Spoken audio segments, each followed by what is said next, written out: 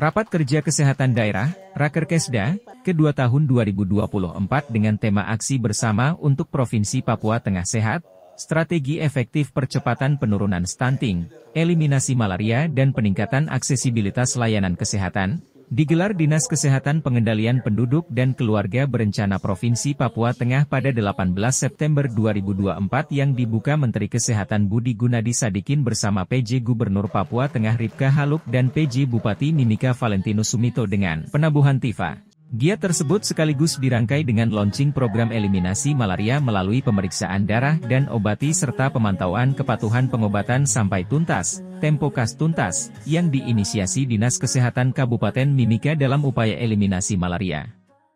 Di hadapan undangan pejabat daerah PT Freeport Indonesia, Kadinkes Provinsi dan 8 kabupaten serta lintas sektor yang hadir, Menkes RI Budi Gunadi Sadikin mengatakan, strategi kesehatan harus dilakukan dengan preventif dan promotif baik itu untuk jenis penyakit menular maupun penyakit tidak menular. Salah satu upaya yang akan dilakukan Kementerian Kesehatan akan memberikan dukungan alat screening ke puskesmas di seluruh Indonesia untuk melakukan deteksi dini. Sementara itu, PJ Gubernur Papua Tengah Ripka Haluk dalam sambutannya menyampaikan, penguatan sistem pelayanan kesehatan perlu diperkuat baik dari sisi infrastruktur, sumber daya manusia, hingga akses ke pelayanan kesehatan agar pelayanan kesehatan dapat menjangkau hingga wilayah terluar Provinsi Papua Tengah. Nah, gimana tugasnya Dinas Kesehatan sama Menteri Kesehatan untuk menjaga orang agar tetap sehat? Dia harus tahu pola penyakitnya, pola epidemiologisnya dia mesti tahu. Sehingga kita bisa mencegah. Jadi, strategi kesehatan paling benar itu harusnya promotif dan preventif.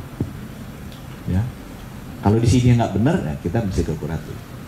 Tapi kita harus bener ini preventif, promotif. Kalau bisa jangan ada yang kuratif. Atau seminimal mungkin yang sakit. Ya. Dari biaya jauh lebih murah strategi ini. Dari sisi kualitas hidup juga jauh lebih baik. Ya, karena orang kalau udah sakit kan nggak bisa produktif, nggak bisa ngapa-ngapain juga.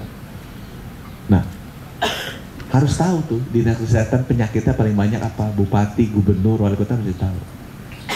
Dan masing-masing daerah pola epidemiologisnya berbeda. Jadi misalnya kalau di nasional, orang kan penyakit ada dua, penyakit menular dan penyakit tidak menular. Penyakit menular paling banyak kalau nasional itu TBC, 1 juta per tahun. Nomor 2 baru malaria, 400 ribuan per tahun. Nomor 3 HIV. Tadi berapa dok? Puluhan ribu ya? Apa? 16.000 per tahun. Itu dari yang terkena setiap tahun. Tapi kalau dari sisi kematian beda tuh. Kematian paling tinggi HIV. Nomor 2 TBC, nomor 3 malaria. Jadi kalau saya sebagai Menteri Kesehatan, saya mesti memastikan ada orang jangan sampai kena TBC. Itu aja dulu nomor 1. Gimana caranya jangan sampai kena TBC? Baru kemudian jangan sampai kena malaria, jangan sampai kena HIV. Nah, strategi untuk promotif preventif itu tugasnya kita para dinas kesehatan meyakinkan bupati dan gubernurnya gimana kita bisa mencegah jangan sampai orang kena TBC atau orang kena malaria. Kalau ataupun kena, kalau bisa jangan sampai rumah sakit, di-treat lebih cepat. Contoh kalau malaria ya pakai RDT itu dicek kan, atau sebelum dicek lah, sebelum sampai sakit, dia mesti pasang kelambu gitu ya. Sekarang kita lagi coba momal secara massal, minum obat secara massal karena itu bisa mencegah supaya komunitas itu jadi nggak tertular malaria. Ya, kemudian ya rajin di screening. Dan nanti Kementerian Kesehatan akan mendeploy banyak sekali alat-alat screening ke puskesmas supaya itu tadi penyakit-penyakit ini kalau bisa kita cegah agar masyarakat kita tetap sehat. Aksesibilitas layanan kesehatan juga menjadi perhatian penting bagi banyak masyarakat di wilayah Provinsi Papua Tengah, termasuk daerah-daerah 3T atau daerah terpencil yang belum mendapatkan layanan kesehatan yang memadai. Apalagi di daerah-daerah konflik, saya yakin bahwa masalah-masalah kesehatan juga menjadi salah satu masalah yang sangat penting yang perlu pemerintah mencarikan jalan keluar. Oleh karena itu kita perlu memperkuat sistem pelayanan kesehatan baik dari sisi infrastruktur, sumber daya manusia atau tenaga-tenaga dokter, medis, para medis, dari sisi infrastruktur, kemudian sumber daya manusia dan akses ke fasilitas kesehatan. Pembangunan puskesmas, penyediaan tenaga medis yang terlatih serta pemanfaatan teknologi kesehatan harus ditingkatkan untuk memastikan seluruh masyarakat Papua Tengah baik yang tinggal di daerah perkotaan maupun pelosok mendapatkan pelayanan yang setara.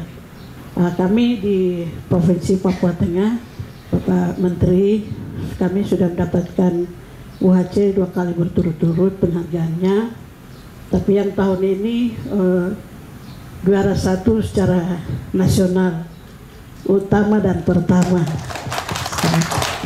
diserahkan oleh Bapak Wakil Presiden Republik Indonesia, karena kami sudah mengcover 95% penduduk sudah kami cover, BPJS kesehatannya sudah kami cover. Yang tidak di cover oleh BPJS Kesehatan di cover oleh pemerintah daerah 95%, dan ada plus-plusnya. Plus-plusnya seperti menyediakan pesawat langsung jemput masyarakat di daerah tempat tersulit, terjangkau, tidak bisa terjangkau dan terluar. Dalam Rakerkesda tersebut dibuka sesi diskusi bersama Kepala Dinas Kesehatan 8 Kabupaten dan stakeholder lainnya bersama Menteri Kesehatan, yang didampingi Kepala Dinas Kesehatan Provinsi Papua Tengah Dr. Silwanus Sumule, di mana berbagai aspirasi pelayanan kesehatan di 8 Kabupaten se-Provinsi Papua Tengah disampaikan, yang diantaranya terkait kurangnya tenaga dokter spesialis, fasilitas sarana prasarana kesehatan, transportasi hingga masalah keamanan di daerah terpencil. Tim Liputan Papua MCTV.